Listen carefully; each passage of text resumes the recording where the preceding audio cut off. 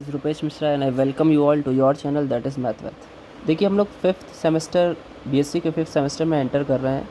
सो आज इस वीडियो में हम लोग इसके सिलेबस के बारे में डिस्कस करने वाले हैं कि क्या क्या हमें पढ़ना है, कितना रिलेशन हमारे पास्ट पुरानी बुक से है और कितना ज़्यादा अभी वेटेज बढ़ गया है।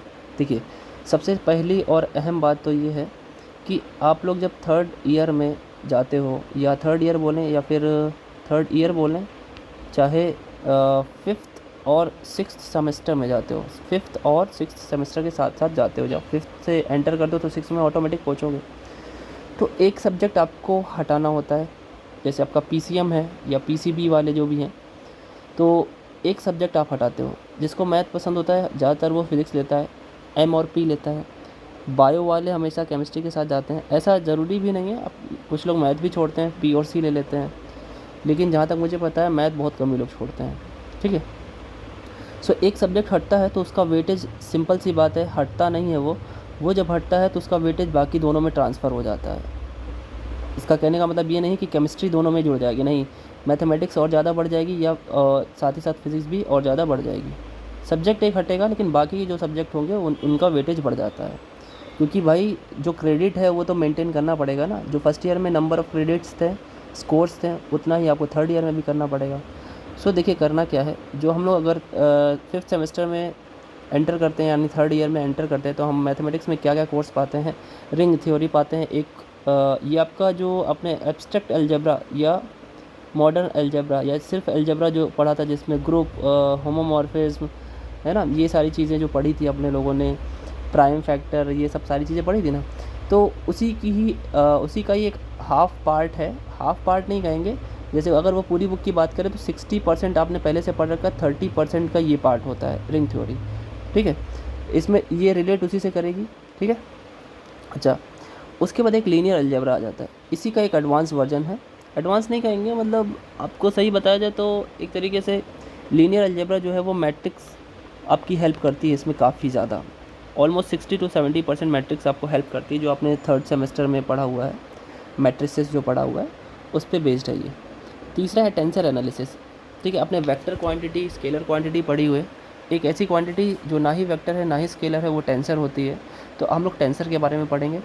डिफरेंशियल ज्योमेट्री, डिफरेंशियल कैलकुलस पढ़ चुके हैं फर्स्ट सेमेस्टर में, डिफरेंशियल इक्वेशन पढ़ चुके हैं आप। डिफरेंशियल ज्योमेट्री आप समझते हो, ज्योमेट्री का मतलब ही होता है कि अब हम लोग ज़्यादातर जो इक्वेशंस होंगे उनके ग्राफ्स और कर्व्स के बारे में बात ज़्यादा करेंगे। यानी आप पूरी तरीके से अब 2D और 3D के जो ग्राफ्स हैं उस पर बात करने पे हम लोग आ जाएंगे। ठीक है, तो चलिए ये हमारा तो थंबनेल है। ठीक है, तो अब क्या करना है, हम लोग चलिए सिलेबस समझ लेते हैं फटाक से कि क्या क्या पढ़ना है, कितनी गहराई है, कितना ज़्यादा आपको मेहनत करनी है। तो पहले से आज ही से समझ लेते हैं तो हमारा उसकी तरफ इंक्लिनेशन ज़्यादा हो पाएगा या कम हो पाएगा, क्योंकि कोर्स ज़्यादा है तो ज़्यादा इंक्लिनेशन करना पड़ेगा, क्योंकि एक सब्जेक्ट तो कम होगा तो बाकी तो बढ़ेगा ही। तो चलिए देखते हैं क्या है सिलेबस में, कुछ चीज़ें किससे रिलेट करती हैं वो भी मैं बताऊँगा, जिससे आपको लगे कि हाँ कुछ चीज़ें पढ़ी हुई हैं, तो थोड़ा सा आसानी होगी, मन को थोड़ी सी तसल्ली भी मिलेगी। चलिए देखते हैं। देखिए बच्चा लोग, जो आपका लिखा हुआ है कोर्स कोड, ये स्पेशली आपका डीडीयू और उससे एफिलिएटेड जो यूनिवर्सिटीज़ हैं उनका कोर्स है। किसी किसी यूनिवर्सिटी में थोड़ा सा कोर्स वेरिएट हो सकता है, कुछ हो सकता है बुक्स किसी ने सेमेस्टर सेकंड में पढ़ी हो वो फोर्थ में नहीं पढ़ेगा। ठीक है, तो अलग अलग यूनिवर्सिटीज़ में कुछ बुक्स इधर उधर हो सकती हैं, लेकिन ओवरऑल जब किसी भी यूनिवर्सिटी से आप पास होकर के निकलते हो तो आपने जितनी बुक्स पढ़ी होती हैं सामने वाले ने भी उतनी बुक्स पढ़ी होती हैं। ये न्यू एजुकेशन पॉलिसी में पहले ऐसा था कि हो सकता है कुछ बुक किसी ने नहीं पढ़ी है, दूसरी यूनिवर्सिटी का है, कोई दूसरी बुक नहीं पढ़ी है, लेकिन ऐसे में एक चीज़ ये रह जाता है कि जो आपकी प्रॉपर स्टैंडर्ड बुक्स हैं जो आगे आपको आगे ले जाती हैं, वो तो सब यूनिवर्सिटीज़ में पढ़ाई ही जाती हैं, बाकी एक्स्ट्रा में कोई कम ज़्यादा हो जाता है, उससे मतलब नहीं पड़ता है। ठीक है, जो स्टैंडर्ड बुक्स हैं वो सारी यूनिवर्सिटी में पढ़ाई ही जाती हैं। ठीक है, तो वो जो हेल्पफुल होती हैं वो होती हैं उसमें। बाकी देखिए जाए मैथ 301, 3 का मतलब ही होता है थर्ड ईयर में आप एंटर करके, और फर्स्ट आपका 301 मतलब पहला पेपर। तो पहले पेपर में क्या क्या है, पहले पेपर में आपका ring theory and linear algebra मैंने लिखा हुआ है पहले ही। तो देखिए रिंग थ्योरी में इंट्रोडक्शन टू रिंग्स, रिंग क्या होती है उसके बारे में पढ़ेंगे, इंटीग्रल डोमेन क्या होते हैं उसके बारे में पढ़ेंगे, फील्ड क्या होता है उसके बारे में पढ़ेंगे। जो फील्ड होता है वो इंटीग्रल डोमेन का सुपर सेट होता है, ऐसे रिंग का सुपर सेट कह सकते हैं, इंटीग्रल डोमेन होता है।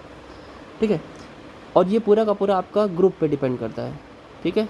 ग्रुप अगर हम लोग को आता होगा तो ये हमारे लिए समझना ईजी होगा, ठीक है।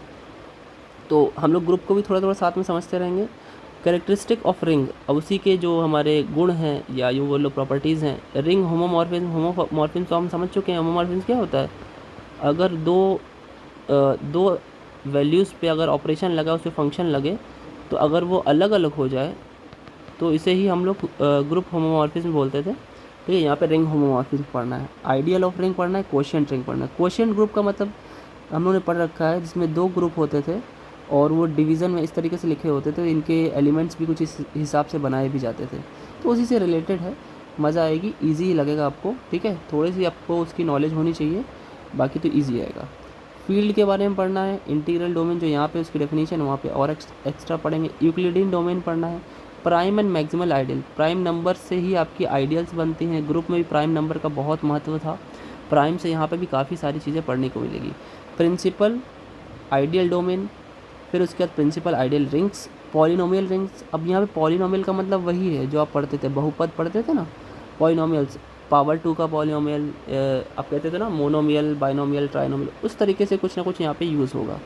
डिवीज़न एल्गोरिदम, वही है डिवीज़न एल्गोरिदम जो आपने क्लास 10 में पढ़ी थी, क्या नाम था उसका, यूक्लिडियन डिवीज़न एल्गोरिदम नाम था ना, यूक्लिडियन डिवीज़न एल्गोरिदम, ठीक है। तो 10th में पढ़ी थी, वहाँ पे थोड़ा सा पढ़ा था, यहाँ थोड़ा एक्स्ट्रा पढ़ेंगे और उसके यूजेस पढ़ेंगे।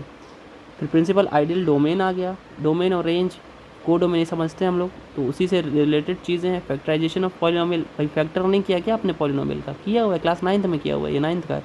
अब यहाँ पे थोड़ा सा एक्स्ट्रा पढ़ने को मिलेगा।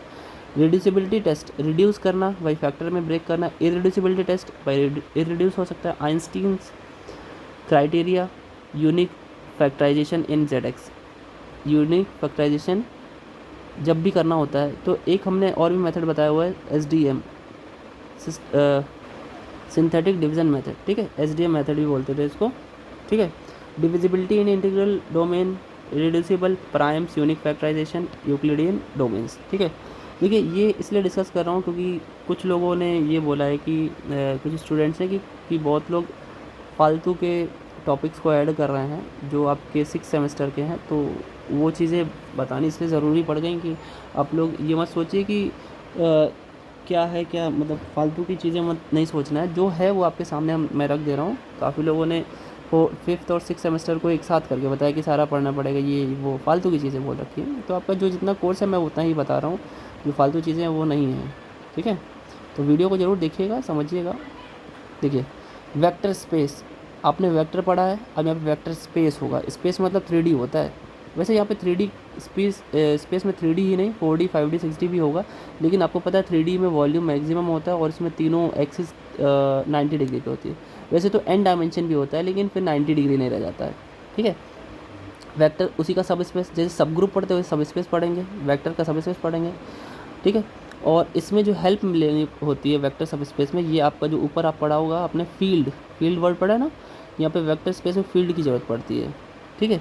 ये पूरा फील्ड पे वर्क करता है। लीनियर कॉम्बिनेशन आपने उसमें भी पढ़ा हुआ है, लीनियर इंडिपेंडेंस डिपेंडेंस, ये सब उसमें पढ़ा हुआ है ग्रुप में, ठीक है। तो यहाँ पे और भी चीज़ें, vector same and same spaces, basis dimension, ये बहुत ही इंपॉर्टेंट बेसिस डायमेंशन, इससे MCQ अभी बता दे रहा हूँ, अभी भी बता दे रहा हूँ, कम से कम 2 MCQ सिर्फ इसी टॉपिक से आता है। क्वेश्चन स्पेस से एक MCQ और एक लॉन्ग आंसर बनता है, बहुत ही प्यारा सा, ठीक है।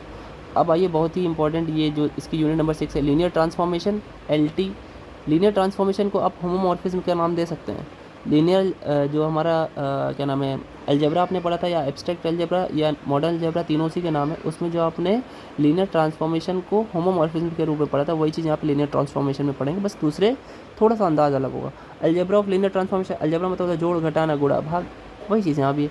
रैंक नल्टी थ्योरम, बहुत most important topic, most important, ये आपका TGT PGT में भी आता है। ये जितना भी सिलेबस है, ये पूरा जो ये आपने ऊपर रिंग पढ़ा ना, रिंग तो सिलेबस में नहीं है, लेकिन जो आपने क्या कहते हैं इससे पहले जो पढ़ा था ग्रुप वाला, वो ग्रुप जो है वो TGT PGT के सिलेबस में है, ठीक है। मैंने इस बार ही अब थोड़ा सा आप लोगों को बोला है कि इस बार ही हम लोगों ने TGT PGT भी साथ में ही ऐड करना है, ठीक है। तो जितना भी कोर्स आपका BSc का है वही TGT PGT का ही कोर्स है, ठीक है। TGT में थोड़ा BSc का थोड़ा सा कम क्वेश्चंस आते हैं और PGT में BSc के ज़्यादा क्वेश्चन आते हैं। तो इस बार मुझे वो ऐड करना है आपके लिए, ठीक है। जो लोग टीचिंग की तैयारी करेंगे इसके बाद बीएड करेंगे, साथ ही साथ वो टीजीटी पीजीटी भी तैयारी हमारे चैनल से कर पाएंगे, ठीक है। अभी और चीज़ें मॉडिफिकेशन में चल रही हैं, और भी चीज़ें बना कर रखी हुई हैं पहले से भी, और काफ़ी चीज़ें बनानी भी हैं, तो वो धीरे धीरे मिलती रहेगी। मॉडिफिकेशन अपडेट होता होता आपको मिलता रहेगा, ठीक है। तो जो लोग ग्रेजुएशन के बाद यानी अगले साल जब बीएड करेंगे तो साथ ही साथ टीजीटी पीजीटी की भी तैयारी कर पाएंगे चैनल से, ठीक है। तो बात और क्या चल रही थी, रैंक नलिटी थ्योरम बहुत इंपॉर्टेंट। दियर रिप्रेजेंटेशन एज मैट्रिसेस, मैंने क्या बोला था, मैट्रिक्स की जरूरत पड़ेगी इसमें, हाँ बिल्कुल पड़ेगी। लीनियर फंक्शनल्स, फंक्शन के फंक्शंस, फंक्शन का function, dual space, dual basis, basis आ गया। बेसिस मतलब होता है किसकी वजह से जो हम लोग बनाते हैं किसी चीज़ को, कोई बेस लेते हैं, अब बेस समझते हो ना, वही यहाँ पे भी बेसिस समझ लो उसी चीज़ को। एक तरीके से लीनियर अलजेब्रा में जो जितने वेक्टर बनते हैं, वेक्टर स्पेसेस, उनका बेस क्या होता है। डायमेंशन, वो कितने डायरेक्शन में जा सकते हैं, ठीक है। डायमेंशन यहाँ पे बाइलिनियर एंड क्वाड्रेटिक फॉर्म्स, ये तो लास्ट के इंपॉर्टेंट, बहुत ज़्यादा इंपॉर्टेंट नहीं होते ये क्वेश्चंस, हाँ, लेकिन इसमें एक एमसीक्यू जरूर बनता है। चेंज ऑफ बेसिस, बेसिस जब चेंज करते हैं, बेस चेंज करते हैं तो काफ़ी सारी चीज़ें बदल जाती हैं। Diagonal forms, triangular forms, inner product spaces, norms, orthogonal vectors, वो वेक्टर जिनके बीच में 90 डिग्री एंगल होता है, ऑर्थो नॉर्मल सेट्स, बेसिस, उनका भी बेस, ठीक है। बेसिस का प्लूरल होता है बेसिस, ठीक है। ये आपका जो फर्स्ट बुक है 301, ये टोटल 4 क्रेडिट की है, ठीक है। 4 क्रेडिट मतलब 100 मार्क्स, 4 क्रेडिट समझ रहे हैं ना, देखिए 4 क्रेडिट का है, तो एक क्रेडिट 25 मार्क्स का होता है, एंड ये 100 मार्क्स का हो जाएगा। चलिए नेक्स्ट देखते हैं, ये तो फर्स्ट बुक थी आपकी।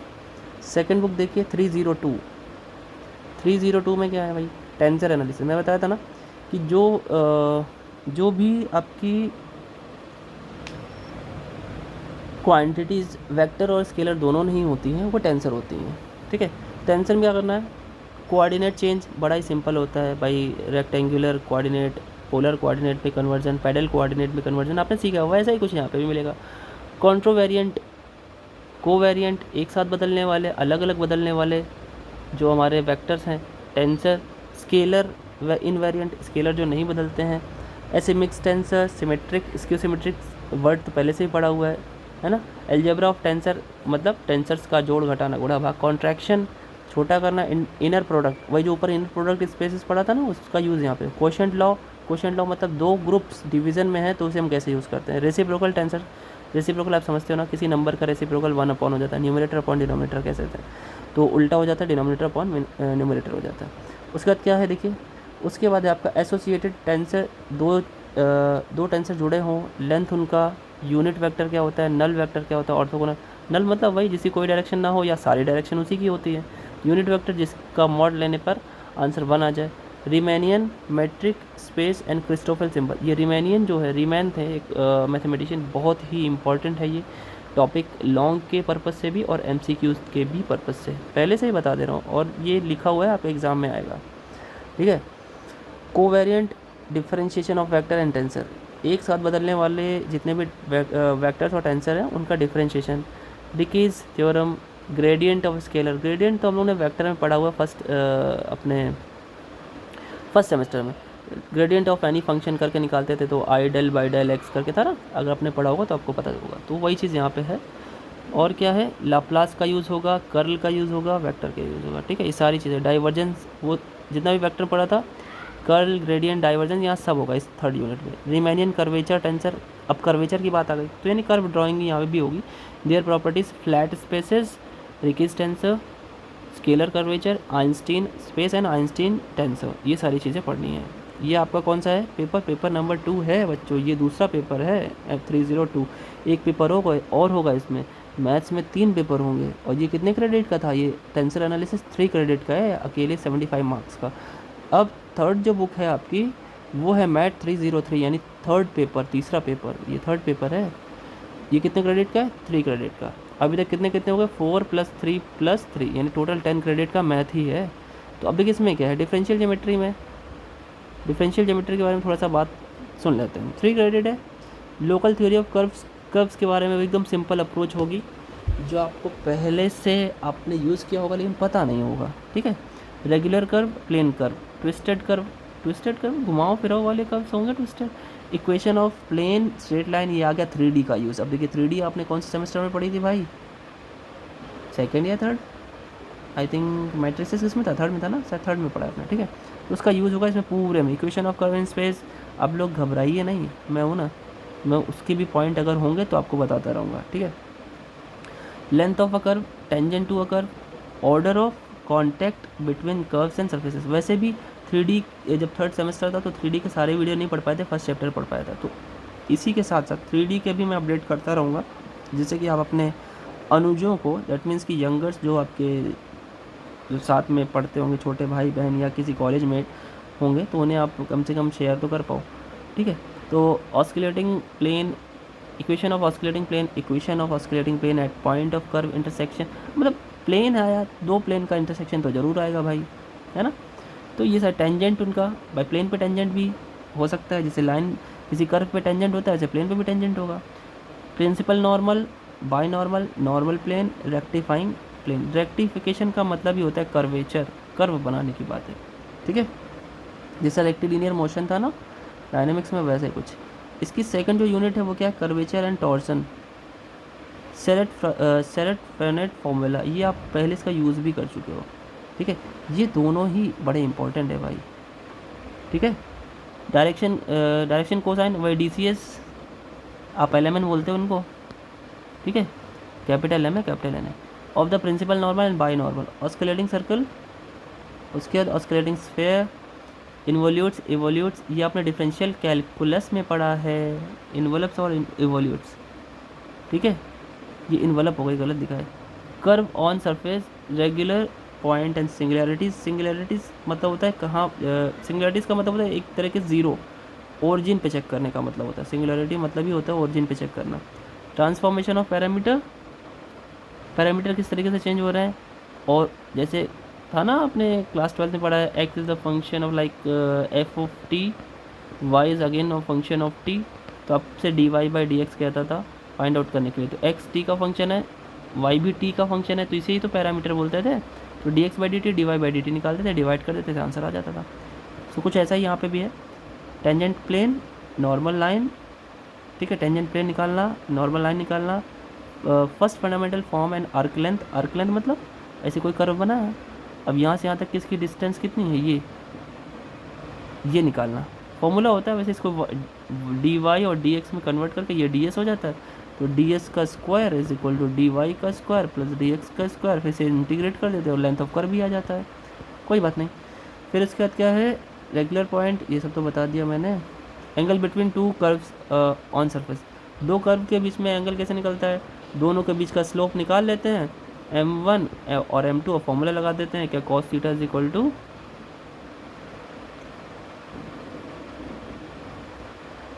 L1 L2, मतलब पहले वाले का डायरेक्शन कोसाइन इंटू दूसरे वाले का m1 m2 और प्लस n1 n2, ठीक है। देखिए लास्ट, देखिए special tensor, its properties, orthogonal trajectories पहले भी पढ़ चुके हैं। dy/dx के प्लेस पर क्या रखते थे, -dx/dy, ठीक है।